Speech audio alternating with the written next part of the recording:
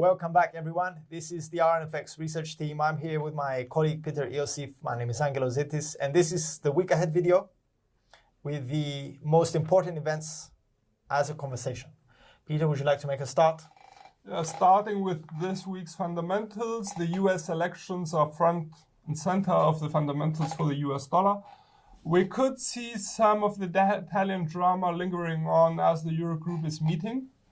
And an improvement of the US-Sino trade relationships is also part of the fundamentals this week after US President Trump floated the idea of a possible deal. We could see also some further developments on the Brexit negotiations.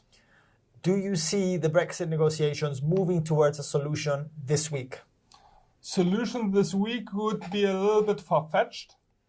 We could see some further points coming out near the end of the month, maybe have a comprehensive solution at hand near the start of December.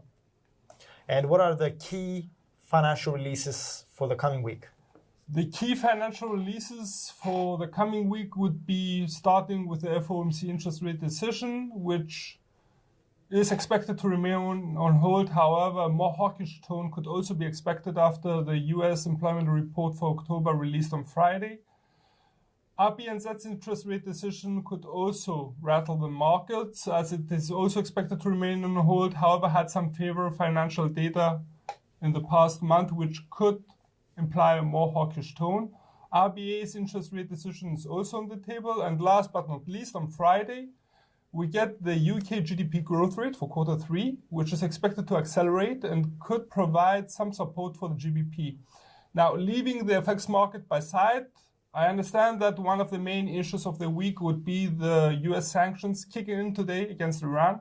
So there are some developments in the oil market? Yes, there are. Today is the 5th of November. The US has officially imposed sanctions on Iran, but at the same time has granted waivers to Iran's most important oil purchasers, which kind of mutes the event because Iran is still in the picture, still providing oil to the world.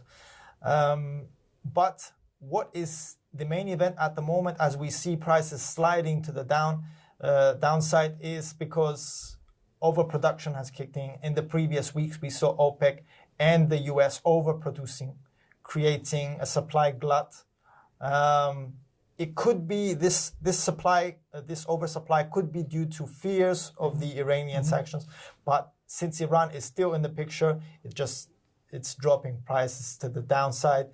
And it remains to be seen how Iran will be dealt with and how Europe will see Iran in the future. But market analysts and market participants are saying that oil prices are currently in a cyclical peak. We must say that oil prices have been moving upwards since 2015 for almost 33 months, reaching a peak in the previous October.